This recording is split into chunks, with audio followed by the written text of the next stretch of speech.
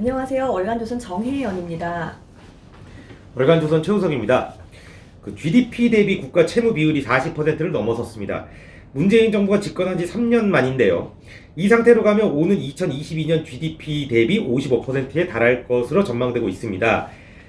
이 중에 공기업 부채는 GDP 대비 21%로 공기업 부채를 보고하는 OECD 7개국 중 가장 높다고 합니다. 군인, 공무원, 연금의 충당 부채 역시 49.6%로 OECD 국가 중에서 가장 높습니다.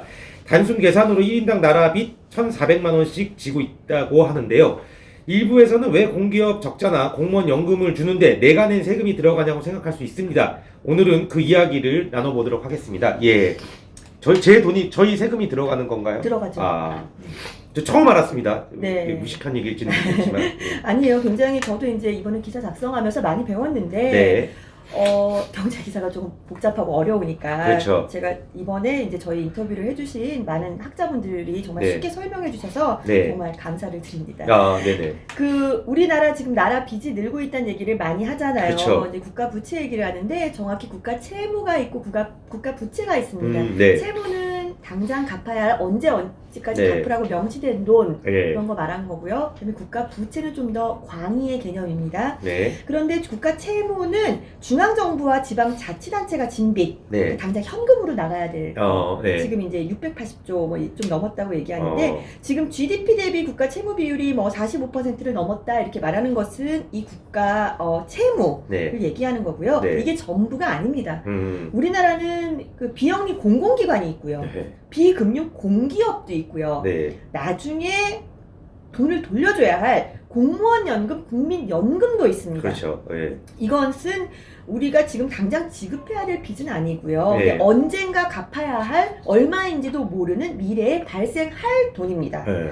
근데 이것까지 전부 포함해서 네. 국가 부채로 잡아야 한다는 것이 이제 학자들의 주장입니다. 몇몇 학자들의. 네. 이렇게 될 경우 현재 우리나라의 국가 부채는 GDP 대비 100%를 넘깁니다. 그 지금 현 정부에서 말하듯이 네. 우리가 40%, 45% 내외의 그 OECD 국가 평균에 못 미친다. 네. 국가 재정이 건전하다는 것이 말이 안 된다는 겁니다. 그러니까 이제 한전이나 산업은행, 군인연금 등에도 전부 우리 세금이 많이 들어가야 한다는 소리지 네. 않습니까? 이걸 다 포함하면은 네.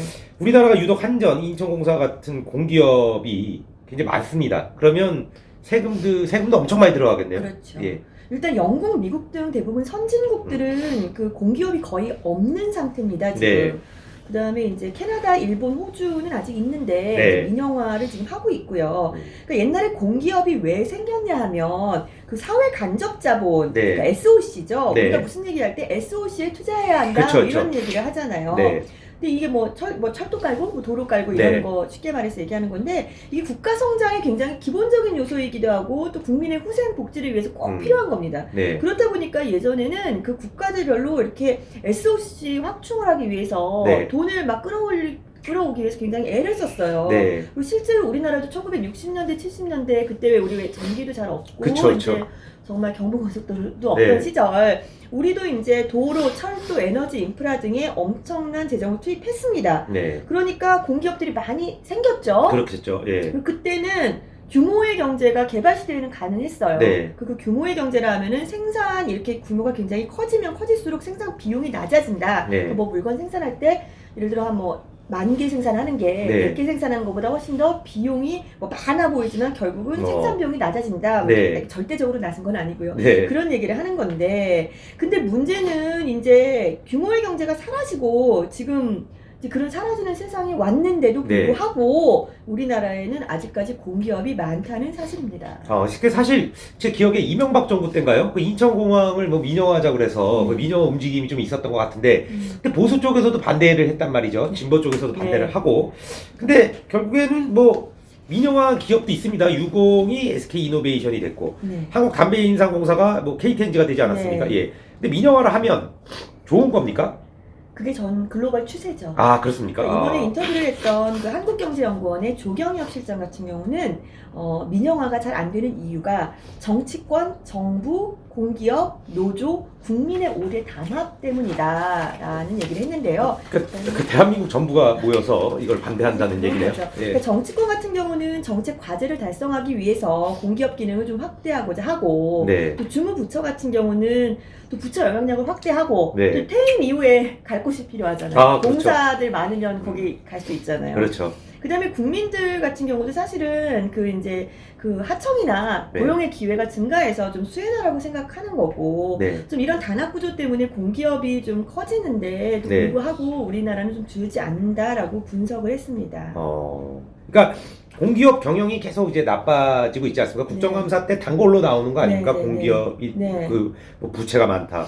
문재인 정부의 탈원전 정책 때문에 한전의 부채가 엄청 늘었다고 합니다. 원래 한전은 부채가 많았는데 원래 많았는데 더 늘은 거죠. 네, 예. 그러니까 지금 보니까 지난 한 해 동안만 14조 6천억이 빚이 늘었습니다.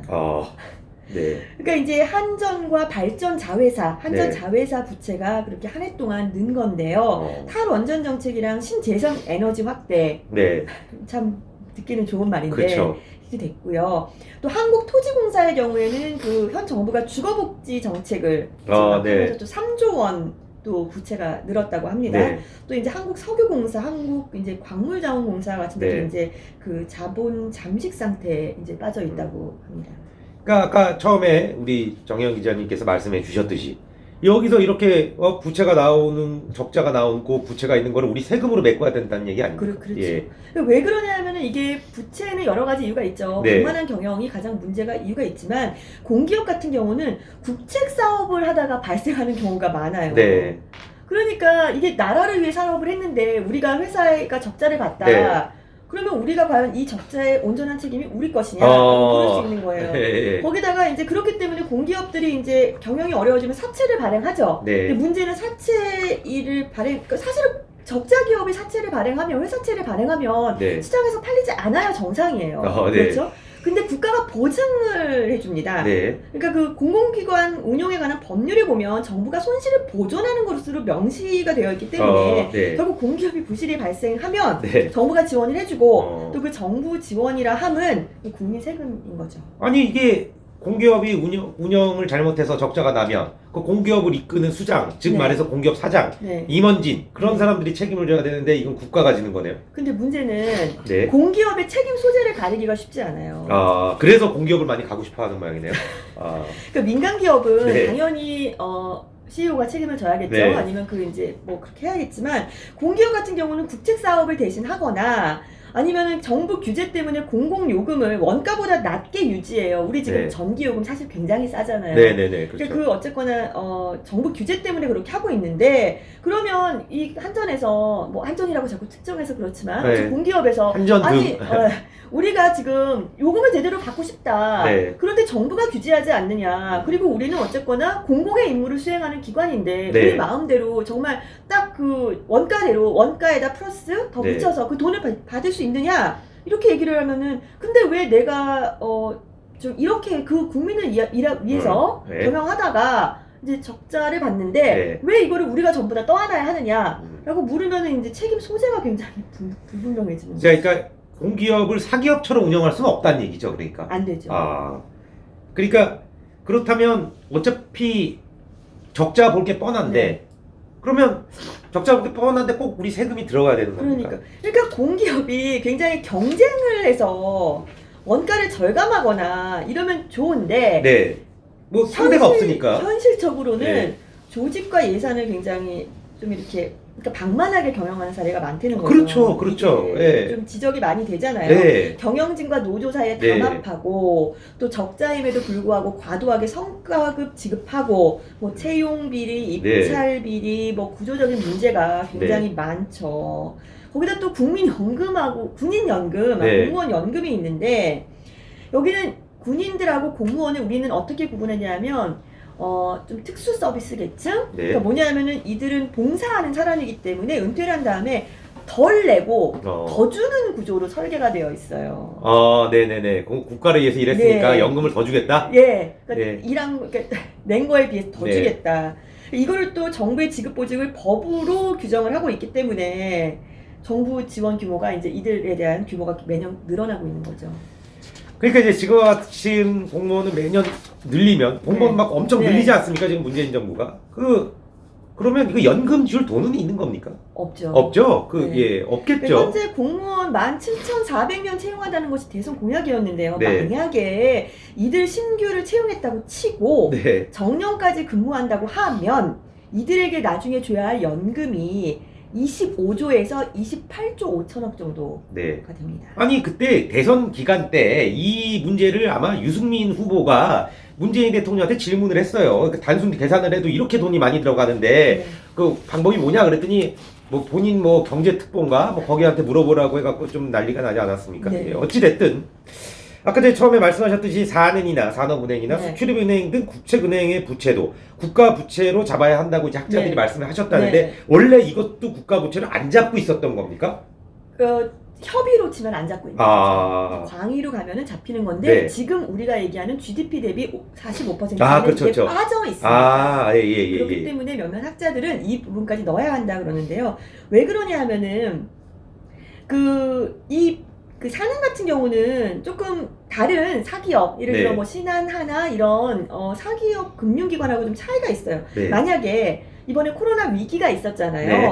근데 산업은행 같은 데가 이제 기업체를 지원해 네, 주려고 이제 회사채 같은 거 막 사드렸습니다. 네. 근데 반대로 얘기하자면 그러니까 코로나로 인해서 어려워진 회사에 회사채 같은 걸 사준 거잖아요. 네. 그 얘기는 코로나로 어려워졌다는 거는 그 회사의 위험도가 높아지고 네. 경쟁력이 좀 떨어지고 있다는 거잖아요. 네. 그럼 일반적인 사기업이라고 하면 금융회사는 경쟁력이 없어지고 위험한 회사의 채권을 사지 않죠. 네. 근데 산업은행은 사주잖아요. 왜냐하면 결국 위험성이 굉장히 높은 곳에 공적 기금, 공공성이라는 거를 이유 때문에 사주는 게 되거든요. 네. 그러면 당연히 손실이 발생할 예를 들어서 최 기자가 네. A라는 유망 기업이 있고 F라는 조금 덜 유명한 기업이 있는데 어쩔 수 없이 공공기관이어서 A를 해주지 못하고 F의 돈을 빌려줬으면 나중에 이 상황이 좀 진정된다고 쳐도 A에서 돌려받을 가능성이 크겠습니까? 그렇죠. F에서 돌려받을 거예요. 그러면은 그렇게 해서 만약에 채권이 부실 채권이 계속 네. 쌓여요. 그래서 산업은행 같은 데가 굉장히 공기업이 부실하대요. 그럼 네. 산은이 얘기할 거야. 아, 난 A에다 하고 싶었는데 네. 정부에서 F에다 하지 어. 않았냐. 그래서 우리가 지금 이런 F에 투자한 기업이 너무 많아져서 이렇게 부실화가 네. 됐는데 왜 우리 책임이냐. 그렇죠, 그렇죠. 그러니까 도미노 현상인데 네. 책임을 다 떠넘길 수 있는 구조고.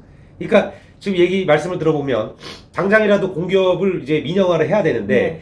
그 과거에 인천공항 민영화 얘기를 뭐 제가 그 사례만 알아서 네. 제가 말씀드리지만 그때 민영화를 하면 뭐 굉장히 가격이 높아지고 서비스 질이 떨어지면 막 이런 뉴스가 그렇죠. 있었어요. 그렇죠. 그러니까 사람들이 그렇게 생각하실 수도 있단 네, 말이죠. 그렇죠. 예. 그런데 지금 일단 민영화라는 건 네. 굉장히 이제 글로벌 추세이고 그렇죠. 그다음에 과거처럼 우리가 그 SOC가 부족한 상황이 아니고요. 네. 규모의 경제도 이제 작동하지 않는 상황입니다. 네. 더더군다나 영국하고 미국에서는 네네네. 민영화를 해서 성공한 사례가 있어요. 아, 그렇죠. 많죠. 예, 예. 그러니까 대처 수단 같은 경우 이제 레이건 대통령 같은 경우도 자유시장 경제에 네. 대해서 좀 확고한 게 있었기 때문에 어쨌거나 가격으로 적정한 시장에서 적정한 가격을 받아야 하는 것이 맞다라고 해서 공기업을 많이 민영화를 해서 그렇게 되면 당연히 정부 부채가 줄어들겠죠. 당연하죠. 당연히. 예, 예. 그런데 우리가 그런 지도자를 이제 가질 수 있느냐의 문제인데 또 국가 부채도 늘지만 가계 부채도 늘어요. 네. 그 영끌 투자 빅2 아시죠?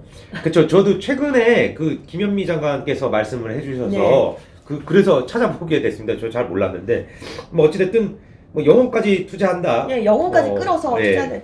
그러니까 결국 가계부채가 급증하고 있고 3년 연속 돈 못 버는 기업이 아주 속출하고 있고 네. 그러니까 정부 가계 기업의 부채를 전부 다 합치면 5천조 원에 달한다고 합니다.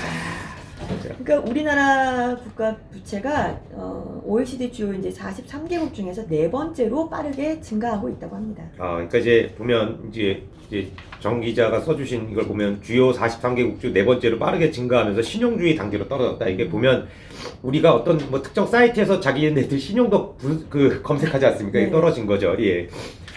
최근 국제 신용평가사인 피치가 우리나라 신용등급을 유지하면서도 부채의 위험성에 대해 경고했습니다. 민간의 부채 부실이 국가 채무 급증으로 이어지고 국가 부도로 치닫는 사례가 너무 많았기 때문에 정부 부채는 물론 민간의 부채 관리가 어느 때보다 필요한 시점입니다.